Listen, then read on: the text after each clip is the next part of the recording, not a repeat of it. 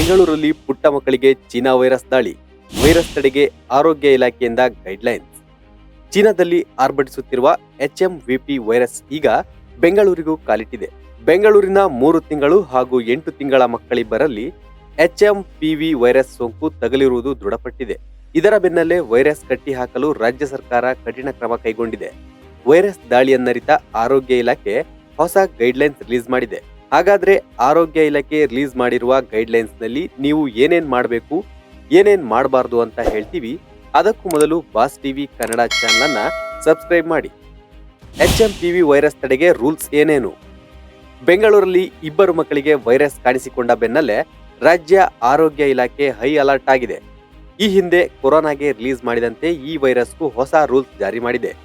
ಆರೋಗ್ಯ ಇಲಾಖೆಯ ಗೈಡ್ಲೈನ್ಸ್ ನಲ್ಲಿ ಏನೇನಿದೆ ಅನ್ನೋದನ್ನ ತೋರಿಸ್ತೀವಿ ನೋಡಿ. ಸೋಂಕಿನಿಂದ ದೂರ ಇರಲು ಹೀಗೆ ಮಾಡಿ.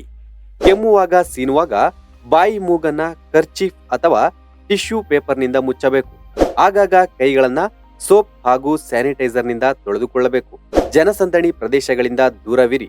ಜ್ವರ, ಕೆಮ್ಮು ಮತ್ತು ಸೀನು ಕಾಣಿಸಿಕೊಂಡಿದ್ರೆ ಸಾರ್ವಜನಿಕರ ಸ್ಥಳಗಳಿಂದ ದೂರ ಇರಿ. ನೀವು ಕಾಯಿಲೆಗೆ ತುತ್ತಾಗಿದ್ರೆ ಮನೆಯಲ್ಲೇ ಇರಿ. ಹೆಚ್ಚು ನೀರು ಕುಡಿಯಿರಿ. ಪೋಷಕಾಂಶಯುಕ್ತ ಆಹಾರ ಸೇವಿಸಿ. ಈ ಕ್ರಮಗಳನ್ನ ಅನುಸರಿಸುವುದರ ಜೊತೆಗೆ ಕೆಲವೊಂದಿಷ್ಟು ತಪ್ಪುಗಳನ್ನ ನೀವು ಮಾಡಲೇಬೇಡಿ ಅಂತಲೂ ಆರೋಗ್ಯ ಇಲಾಖೆ ಗೈಡ್ಲೈನ್ಸ್ ನಲ್ಲಿ ತಿಳಿಸಿದೆ. ಇವುಗಳನ್ನ ಮಾಡಲೇಬೇಡಿ. ಕರವಸ್ತ್ರ ಹಾಗೂ ಟಿಶ್ಯೂ ಪೇಪರ್ಗಳ ಪುನರ್ಬಳಕೆ ಬೇಡ. ಕಾಯಿಲೆಗೆ ತುತ್ತಾದವರ ಜೊತೆ ಸಂಪರ್ಕ, ಟವೆಲ್, ಬಟ್ಟೆ ಶೇರಿಂಗ್ ಬೇಡ. ಪದೇ ಪದೇ ಕಣ್ಣು, ಮೂಗು, ಬಾಯಿ ಮುಟ್ಟಿಕೊಳ್ಳಬೇಡಿ. ಸಾರ್ವಜನಿಕ ಸ್ಥಳಗಳಲ್ಲಿ ಉಗುಳಬೇಡಿ.